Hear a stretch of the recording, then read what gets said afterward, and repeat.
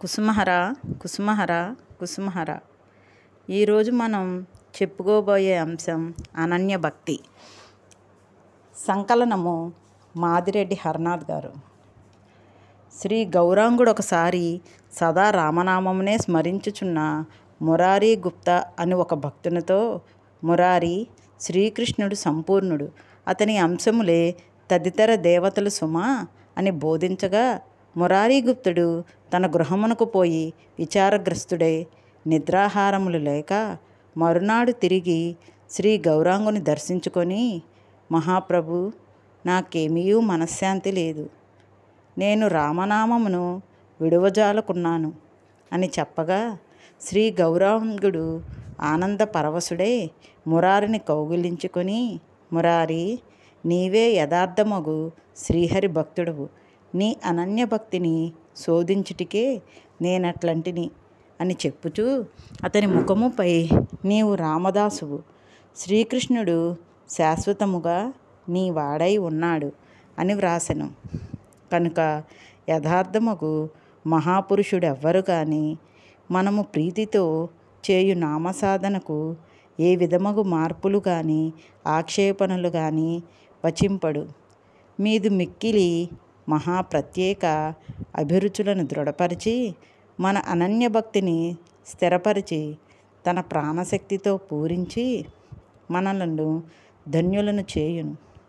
ఒకసారి శ్రీ గౌరీదేవి తన నాదుడగు శంకరుని కూర్చి ఈ విధముగా గానము చేసెను.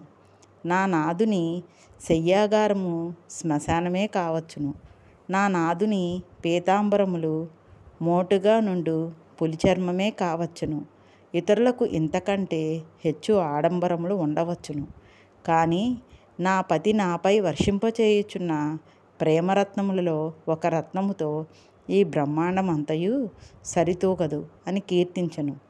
మీకు నచ్చిన పద్ధతిని అనుసరించి తోట పనిని వెంటనే ప్రారంభించుడు. అవసరమైన మరమ్మతులను చేయుటికై నా నిత్యానందుడు తప్పక మీ వద్దకు కరుదించును, మీకు శాంతి లాభము కలుగజేయును అని మన ప్రభు హరనాథుడు పలికెను. ఆహా, ఎంతటి గంభీరమగు అభయవాణి! పై అభయవాక్యమును అనుసరించియే ప్రభు హరనాథుడు తన భక్తులకు అందరకును మార్గమును ఏర్పాటు చేసియున్నాడు.